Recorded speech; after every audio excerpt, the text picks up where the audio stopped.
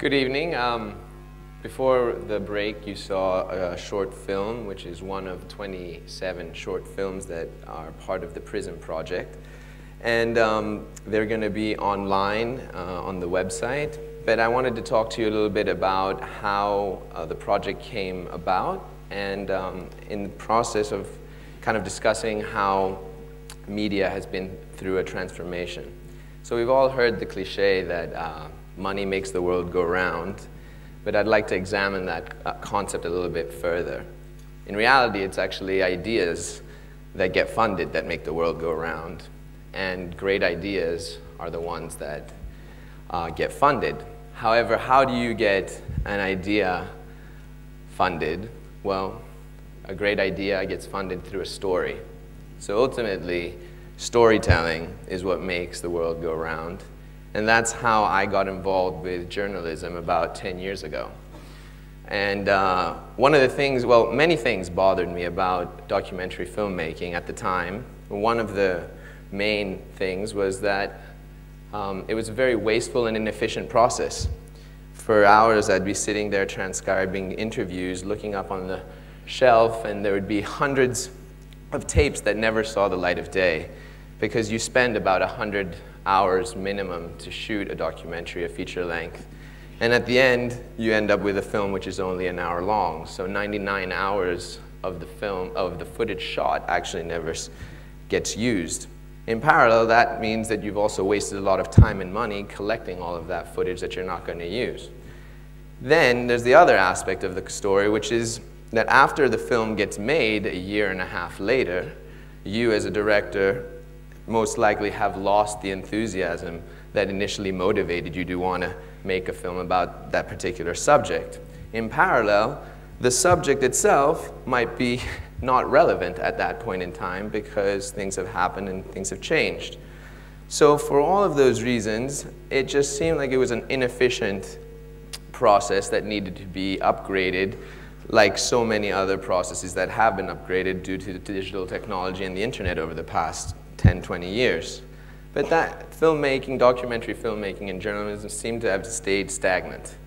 So as a MTV generation kid with a short attention span, I also kind of was bored with most documentaries. Plus, when you actually go and see a documentary in a film theater, it's because you're probably already interested in the subject matter. So as a director, you actually are preaching to the choir.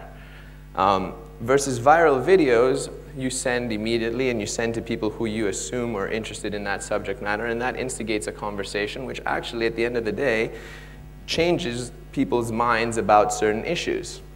So I started producing short webisodes, which at the time didn't really have a business model, but it seemed like it was something that people were interested in because we got a lot of hits. And at the same time, the most powerful form of communication of the 20th century is the 15-second commercial. And the reason it's so powerful is because the production value of that commercial is highly financed. And you have great colors, great actors, or beautiful people, and so on and so forth. And why is it the most powerful form of communication? Because in 15 seconds, you manage to manipulate someone emotionally to buy something that they might not necessarily need or want. And so we had this dilemma where you have great noble ideas that lack funding and production value to be communicated, and then you have other ideas like products that get massive budgets to be promoted and convince people to buy them. And thank God, technology slowly started to transform the landscape of production so that now we actually do have the tools to produce extremely elegant and high quality imagery for documentaries. And in specific, you have digital SLR cameras, which are like most of the cameras that you see that have interchangeable lenses. And over the past few years, they have the ability to shoot video. And because a lot of people don't even notice that these cameras are capable of shooting video, as a documentarian, it gives you a lot of access. And the quick turnaround, because of the digital process, allows for things to actually happen very, very quickly.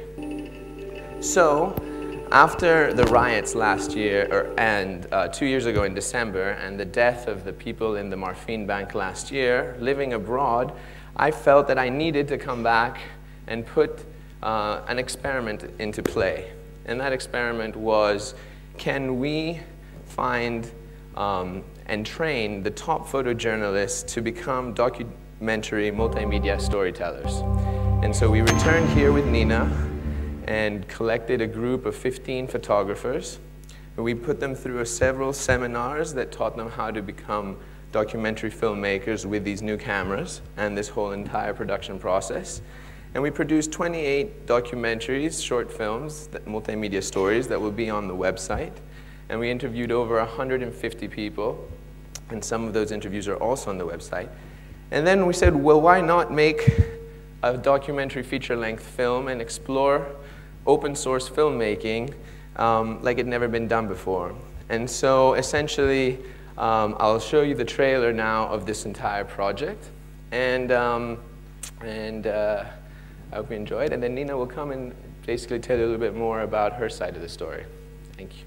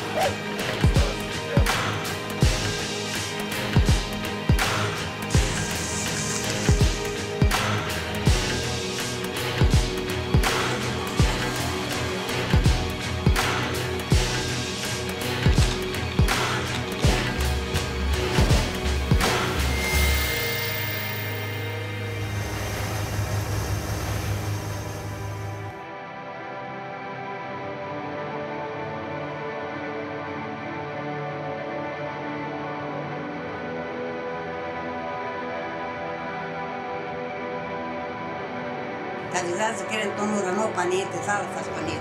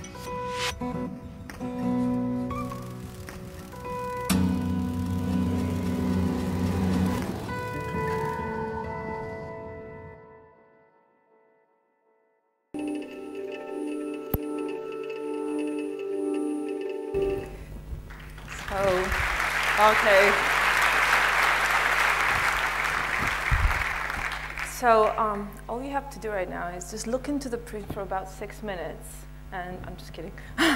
Okay. So this was just the trailer for the project, the Prism. And I'm going to talk a little bit about what collective means, and especially in a time of crisis, such as the time of crisis we're experiencing here in Greece. For this project, we selected 14 photojournalists, as Nikos mentioned, 13 Greeks, 1 Spaniard, we have to mention that, who actually took out of their very traditional media environment. They were all, some of the greatest photojournalists, actually.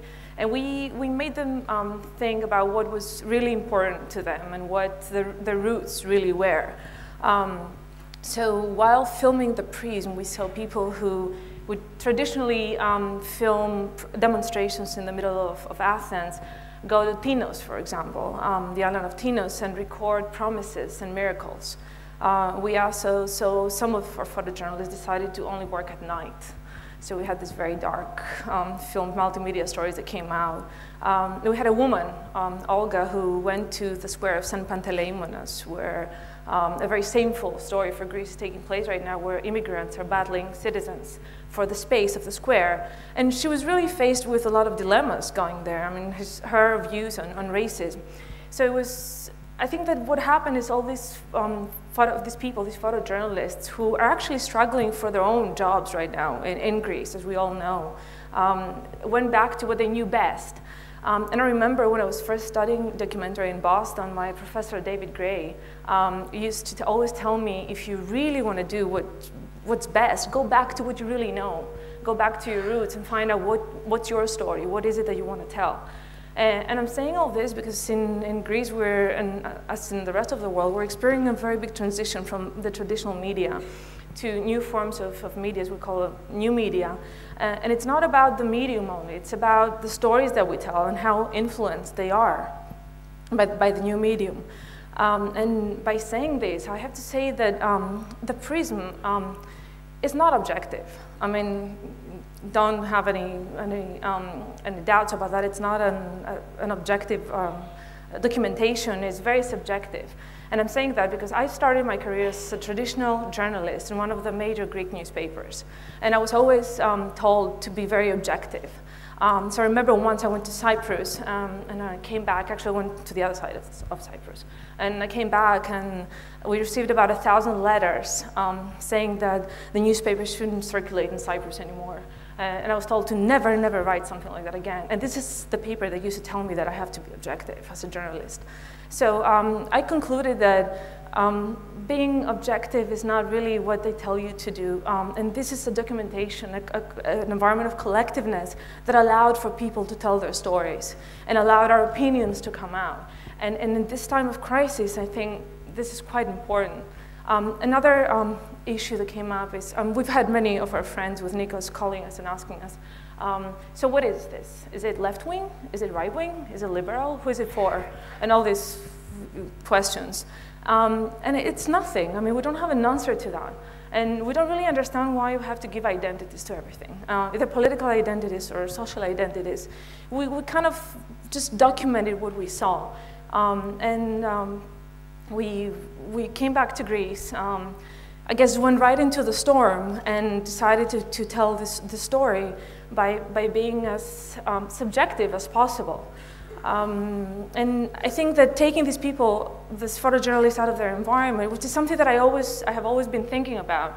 I've traveled all around the world as a journalist and as a documentarian later, transforming myself from a traditional writer to this multimedia backpacker, as another professor of mine, Bill Gentile, who used to tell me in Washington, D.C., where basically you do everything. You write, you film, you carry a tripod, you make photocopies at the same time. When going there, we're going to countries such as Zimbabwe, for example. I used to meet these guerrilla filmmakers who went right into the storm in Zimbabwe, and they took these amazing pictures and these amazing films that never sold publicity. I mean, what happened is major networks used to come, take their work, buy it for nothing, and they never had a voice. And even with the internet today, they still don't have a voice.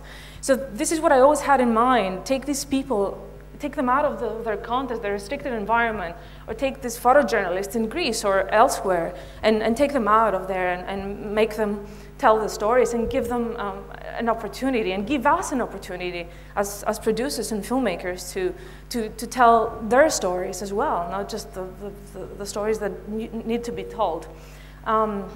And if I ask myself, why Greece at this moment? I mean, yeah, it's pretty obvious, but I have to go back 1 year. When I was in Washington, D.C. in May, I was doing my fellowship at Georgetown University. And I remember I woke up this morning and I went online and I was reading on BBC News about the incident at Morphine. And I went on a Greek site very quickly, and they were all on strike, of course. And then I went to class, and everybody was just asking me, I mean, what the fuck is going on in Greece? What is this? I mean, can you imagine Madeleine Albright asking you what's going on in Greece? I mean, then there's a problem. And when that happened, I went on Skype with Nikos, and we started this conversation that actually resulted into the Prism, and this is what it's all about. And we came back to Greece, went right into the storm, if you can say that, and just started filming. And the question was, you know, could we stand still in this time of crisis? I think you can. I mean, you could do that, but you have to keep in mind that it's just another crisis. Greece is just a story. There is so many other stories out there to tell, and there's so many other crises out there to tell. It's not the crisis that matters, it's what you make out of the crisis that matters. And then we can wrap it up and say goodbye. Thank you.